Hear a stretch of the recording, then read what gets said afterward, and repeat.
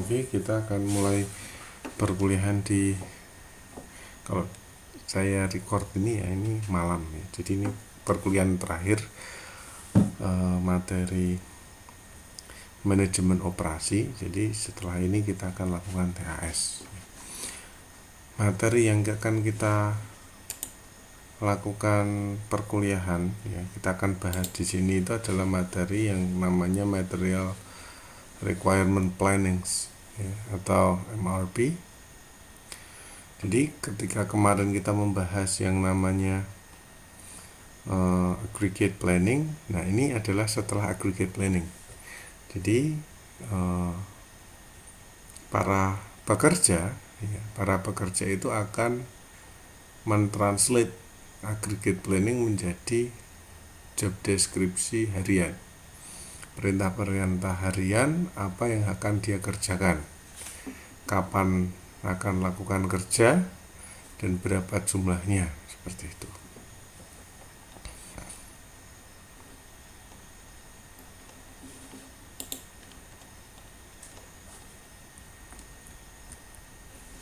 Oke,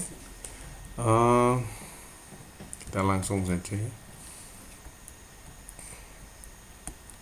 Ini adalah tujuan pembelajarannya, yaitu membentuk ya, product structure seperti apa, lalu kemudian membentuk rencana kebutuhan, lalu kemudian membentuk rencana kebutuhan yang real, ya maksudnya bukan kotor ya. Jadi gross itu artinya adalah masih kasar. Nah ini adalah rencana kebutuhan yang benar-benar realnya seperti apa, seperti itu. Lalu kemudian kita akan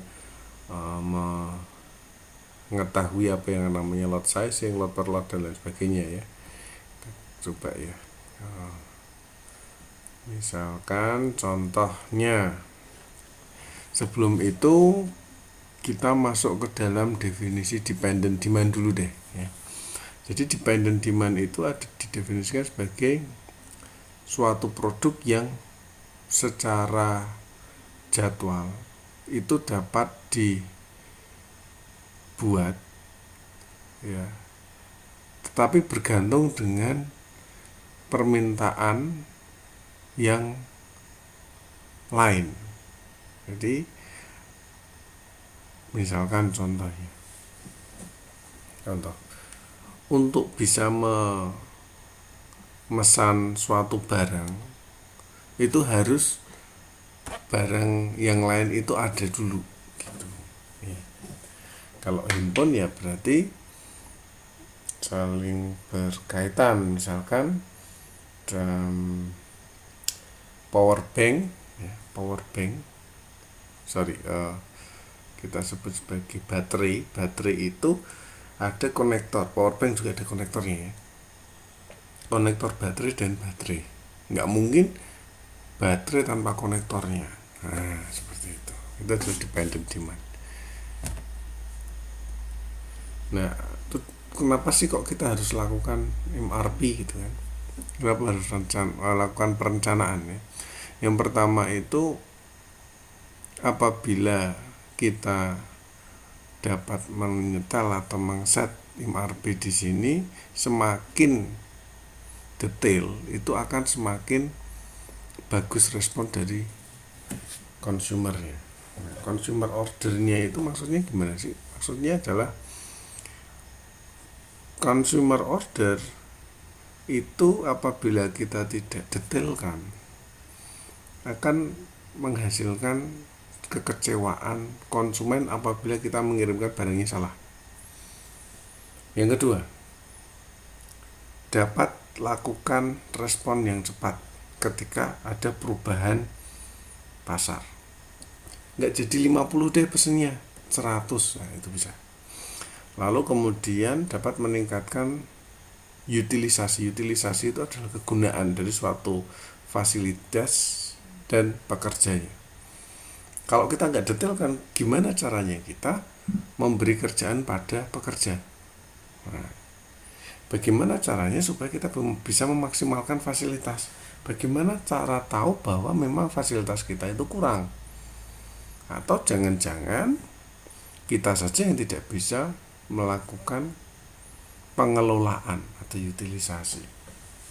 Lalu kemudian yang nomor 4 adalah menurunkan level dari inventory. Ingat ya, high level inventory, high holding cost. Ya, biaya kepemilikannya itu tinggi sekali apabila levelnya itu tinggi. Iya iyalah pasti. Karena apa? Karena di dalam gudang itu kita harus bayarin orang jagain gudang. Semakin banyak ya semakin mahal dong. Kenapa? Karena sewa gudang juga sewa tempat. Nah, gitu. Jadi dependent demand itu didefinisikan oleh demand dari satu item itu berhubungan dengan demand atau permintaan item yang lain. Lalu kemudian jumlah dari suatu item akhir itu merupakan kalkulasi dari demand part-part yang menyusun item akhir itu. Item akhir itu artinya adalah produk jadi. Ya, lebih tepatnya mungkin bukan produk jadi, tetapi lebih tepatnya itu adalah hasil akhir dari suatu item, hasil akhir dari suatu produk, entah itu produk yang kita beli dari supplier atau produk yang kita bikin sendiri di produksi. Nah, untuk menyusun satu produk itu pastilah memerlukan produk-produk lain gitu. Jadi kalau kita mengkalkulasi hasil akhir dari suatu produk, kita juga pasti bisa mengkalkulasi yang namanya produk-produk penyusunnya karena saling berhubungan.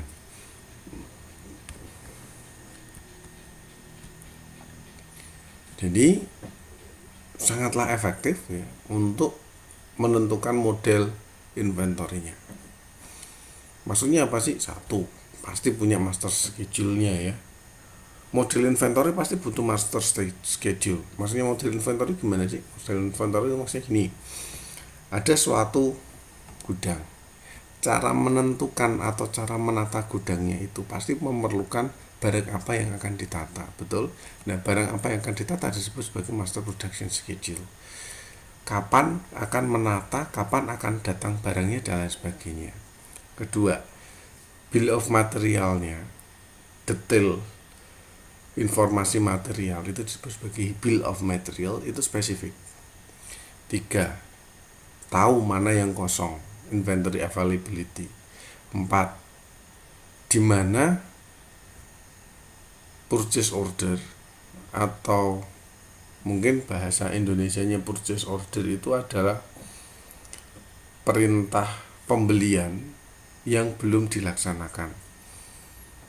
Ya. Mana gitu. Lalu kemudian yang kelima itu adalah lead time. Lalu master production schedule itu MPS ya, itu tuh apa sih? Mengidentifikasi, menspesifikasi, mendetailkan tentang apa yang harus dibuat dan kapan. Harus juga sesuai dengan jalur aggregate production plan, nggak bisa jalan sendiri. Gitu. Input bisa berasal dari rencana finansial, customer demand, engineering, supplier performance, dan lain sebagainya.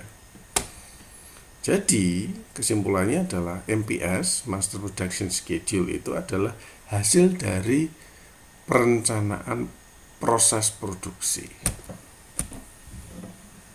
Nah, oke, kita langsung saja ya. MPS itu seperti apa sih? Nah, ini yang kemarin ya, Aggregate Production Plan, lalu keluarannya ini kan kemarin kita sampai sini. Nah, keluarannya adalah ini, Master Production Schedule, Material Requirement Planning, Capacity Requirement Planning, dan lain sebagainya. Lalu kemudian output dari ketiga blok ini apakah realistis? Maksudnya gini, Anda sudah capek-capek menentukan master schedule, capek-capek menentukan material requirement planning. Apa sih yang dibutuhkan? Kan material planning kan menjawab pertanyaan itu ya. Lalu kemudian ada yang capacity requirement planning juga menjawab pertanyaan itu ya. Pertanyaannya selanjutnya adalah apakah hal itu realistis. Kalau tidak realistis ya gimana? Kalau tidak realistis ya ini masuk sini, ya, dirubah requirementnya, dirubah kapasitasnya. Contoh nyatanya gimana? Contoh nyatanya gini, kita sudah menalar ya, sudah memikirkan material requirement planning sebanyak 1000 item. Kapasitinya kita kasih 2000. Takutnya nanti kalau ada perubahan mendadak dari pasar. Ya. Nah, ternyata setelah dianalisis ulang oleh board of director, direktur dan lain sebagainya, yang pemangku jabatan itu tidak realistis.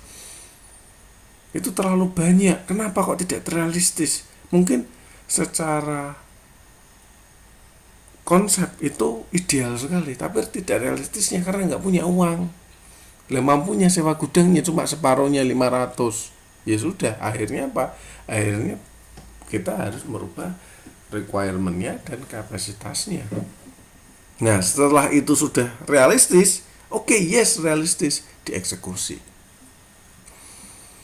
Nah, itu maksudnya seperti itu. Nah, maka dari itu siapa saja yang mempunyai urusan, yang mempunyai andil di dalam aggregate production plan, manajemen, procurement atau pembelian, ini artinya pembelian, production capacity, marketing, finance, human resource ya. Human resource itu ada kepentingannya. Tahu nggak, kemarin kita bicara tentang yang namanya pengaturan pekerja. Ada yang pekerja subkontraktor, ada yang juga lemburan pakai part time dan lain sebagainya. Itu siapa yang ngatur? Human resource. Atas dasar apa dia ngatur? Atas dasar aggregate production plan. Aggregate production plan yang megang siapa? Ya divisi PPIC misalkan, divisi production misalkan. Punya kuasa tinggi nih dia di sini. Nah, output dari aggregate production plan yang kemarin kita bahas ya, itu adalah master production schedule. Nah, master production schedule terus kemudian menghasilkan material requirement planning, menghasilkan capacity. Nah, itu kita tadi bahas realistis atau tidaknya. Nah, contohnya aggregate production plan seperti ini. Aggregate kok tidak detail. Misalkan Januari bulan 1 Januari minggu pertama produksi 100 ya, minggu 2 500, minggu 3 100 dan 300, minggu keempatnya 500. Hanya seperti itu saja. Ini contoh dari produk-produk amplifier. Nah, master production schedule ngapain? Master production schedule ya ini. Ya bikinlah betulan. Kalau mau bikin amplifier butuh apa saja, butuh material apa saja, itu disebut sebagai material requirement planning, perencanaan kebutuhan material requirement planning. Nah, ada 4 strategi ketika akan lakukan material requirement planning. Yang pertama, make to order. Ya, proses fokus. Ini proses fokus ini. Make to order. Inputnya di sini, fokus master production plan schedule-nya di sini.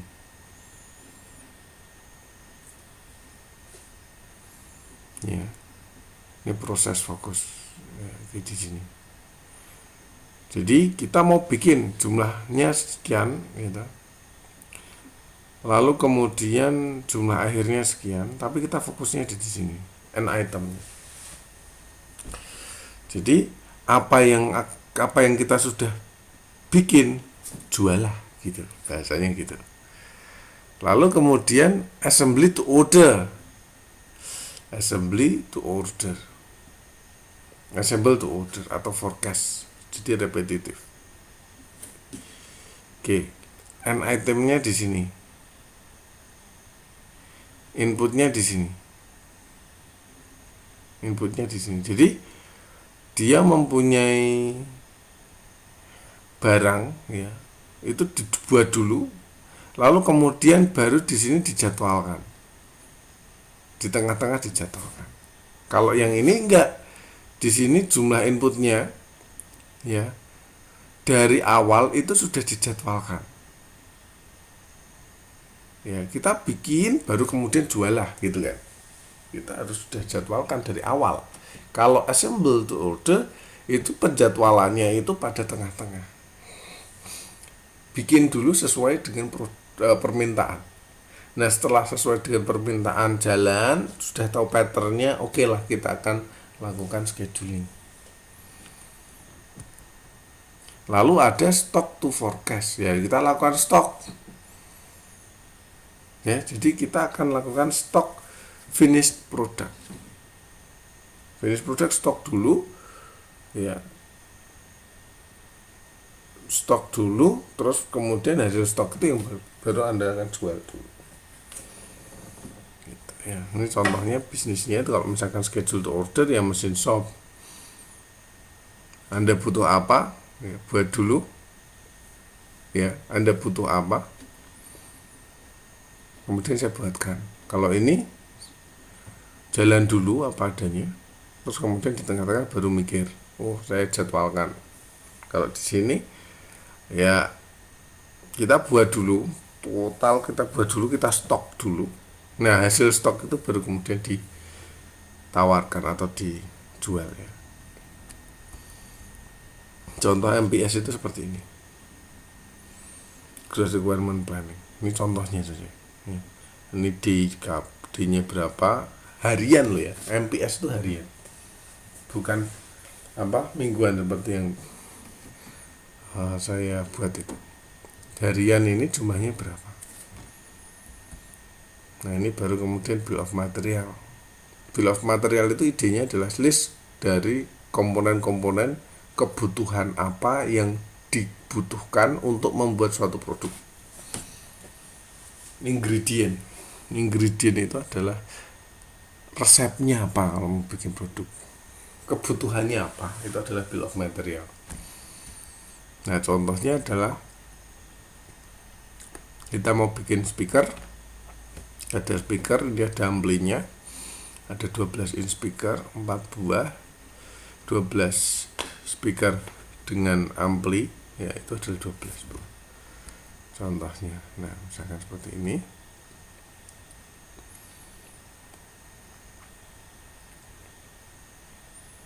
Lalu kemudian untuk membuat satu A itu butuh apa saja? Oh, butuh 12 inch speaker itu ada 2, namanya D, dan G itu adalah amplifier, bergabung menjadi F. Untuk menjadi C3, C1, untuk menjadi C itu butuh F2 dan E2. E itu apa sih? Box. Nah, untuk menjadi A itu butuh C3 dan B2. Maksudnya B2 itu adalah B2 buah, C3 itu adalah C3 buah.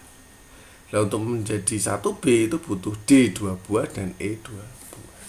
Seperti itu. Nah, terus kemudian diatur dalam bentuk level-level seperti ini. Ya, ingat bahwa level A ini adalah level dari speakernya itu tadi. Maksudnya level produk jadi, yaitu adalah level 0. Ini adalah level yang paling tinggi, itu artinya adalah level yang paling rendah justru ya. Pertama kali yang disiapkan apa? Nah, kalau misalkan saya mau bikin 50 ya berarti B ada 2A, ingat tadi B ada 2A ya. Oke, sorry, B2 menjadi A1 ya.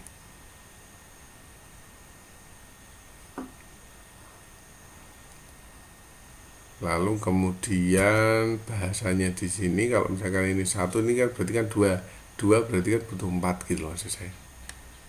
Nah, ini totalnya kalau 50 ya berarti 2 kali 50 berarti 100, C2 kali T 3 kali 50 dan lain sebagainya.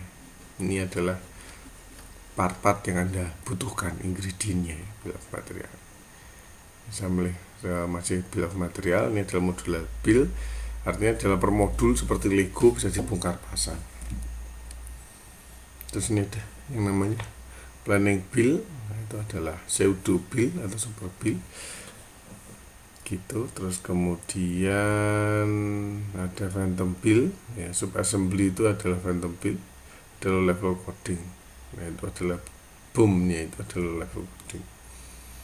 Accurate report, harusnya MRP sistem itu lebih dari 99%. Kalau enggak rugi. Kenapa? Jangan sampai salah merecord. Kurang bahan rugi.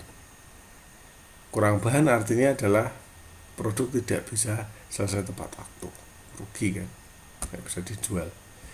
Lead time, Anda sudah mengetahui artinya apa. Nah, terus kemudian kita bikin time phased product structure. Jadi kita atur demikian rupa sesuai dengan rentang waktunya.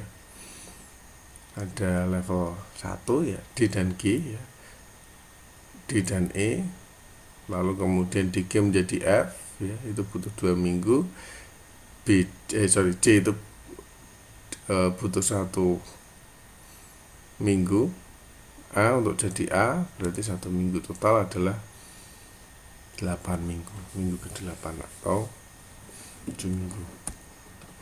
Nah, cara gimana structure MRP ya, boom, lead time, inventory data, purchasing data, masuk ke komputer, semuanya masuk ke komputer, hasil dari komputer akan generate report ya, seperti ini ya, periodic report, date report, dan lain sebagainya. Nah, misalkan tadi masih contoh yang sama, 50 amplifier ya di minggu ke-8, contohnya gitu. Gimana sih caranya? Nah, gini ya, kita akan masuk ke contoh langsung ya. Kalau minggu 8 itu kita butuh 50, maka minggu ke-7 butuh berapa? 50, tetapi rilis ordernya. Rilis order ini kan butuh waktu 1 minggu, maka ditepati di bulan 8. Kalau B itu di bulan 7 harus sudah ready, berarti pesennya kapan? Pesennya adalah di bulan 5 karena dia butuh waktu 2 minggu dan seterusnya. Tuh. Nah, ini adalah net requirement plan-nya. Ya, tadi sudah ada material requirement plan, terus kemudian ada lead time schedulingnya. Nah, sekarang net requirement plan kita bikin seperti ini. Kalau minggu ke-8 50 ya, berarti release ordernya di sini, ya kan? Minggu ke-7. Nah, kita lihat di sini. Kita punya on hand. On hand itu artinya adalah kita punya barang yang ada di dalam minggu itu berapa. Ya kan? Karena apa? Karena kita punya on hand. On hand itu artinya adalah ready. Bahasanya adalah ready. Terus kita masuk ke sini. Ini adalah lot for lot. Ini adalah lead time. Lead time-nya itu adalah waktunya. On hand itu adalah kamu punya berapa stok. Safety stock-nya berapa, allocated-nya berapa. Ini di sini di dalam contoh ini tidak dilihat ya. Safety stock itu misalkan Anda punya jaga-jaga berapa itu. Misalkan safety stock 5 gitu. Kalau misalkan kurang dari 5 harus order supaya tetap 5 gitu. Low level kodenya itu adalah 0, item identifikasinya adalah A. Low level kodenya itu yang mana sih? Level kodenya itu yang ini. Kita lihat ya tadi di mana. Nah, ini level kode ada di sini. Bentar. Nah, level kodenya ini. Ini adalah level kode. Oke, kita balik lagi.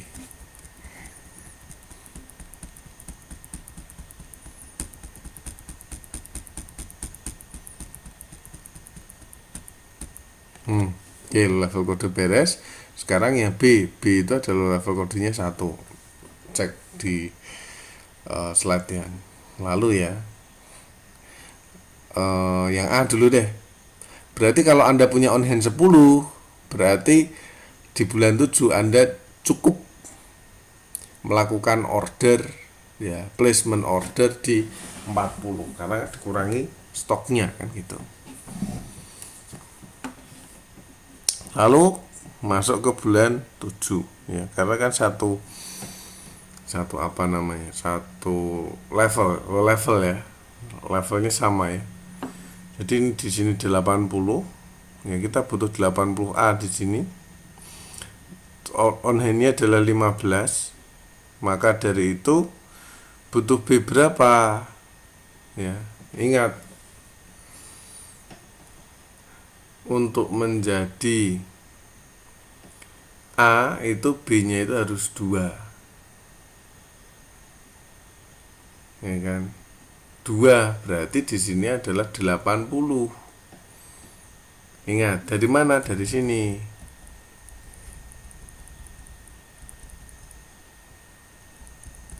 Mana tadi? Nah ini, supaya bikin A, maka dia harus supaya bikin 1A, B-nya harus 2. Kalau A-nya 1, B-nya 2. Kalau A-nya 2, untuk menjadi 2A butuh B-nya berapa? 4, karena 2 dikali A di sini.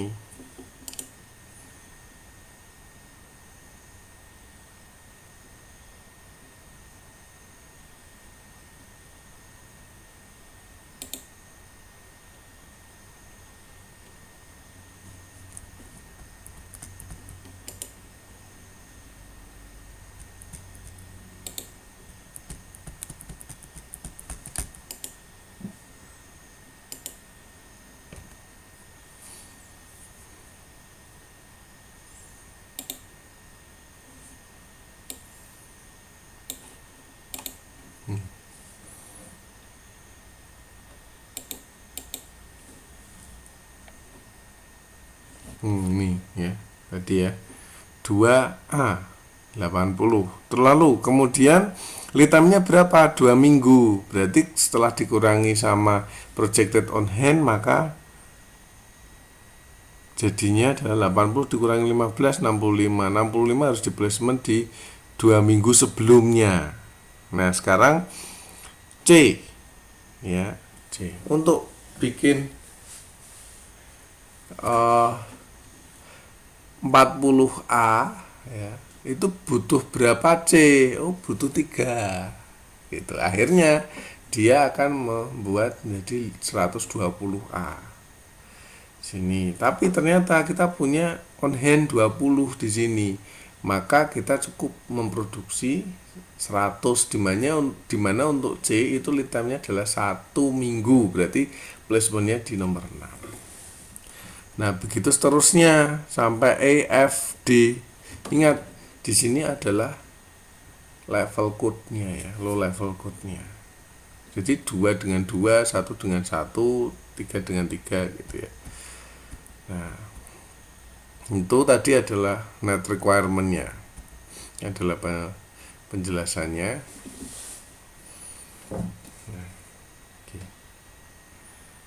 Nah, ini adalah gross requirement-nya, net requirement-nya tadi ya. Gross requirement, kalau misalkan lead time 4 untuk A, maka periodenya misalkan A di sini, B, B-nya misalkan 40, ini kan besarnya gitu. Nanti produk di periode ke-8 dia akan menjadikan ini, periode ke-11 dia akan menjadikan ini. Misalkan ini hanyalah misalnya, misalkan ada permintaan 40, 50 dan 15 di bulan ini dan ini, maka gross requirement-nya adalah 40 tambah 10 50. Di sini bisa 50, terus di sini bisa 15 ditambah 30. Nah, 30 dari mana? 30 mungkin dari sini. Itu. Ya. Contohnya aja seperti itu.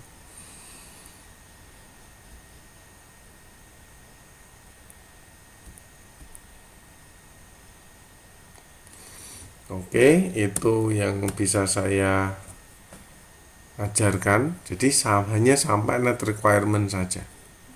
Oke, terima kasih. Tuhan Yesus memberkati.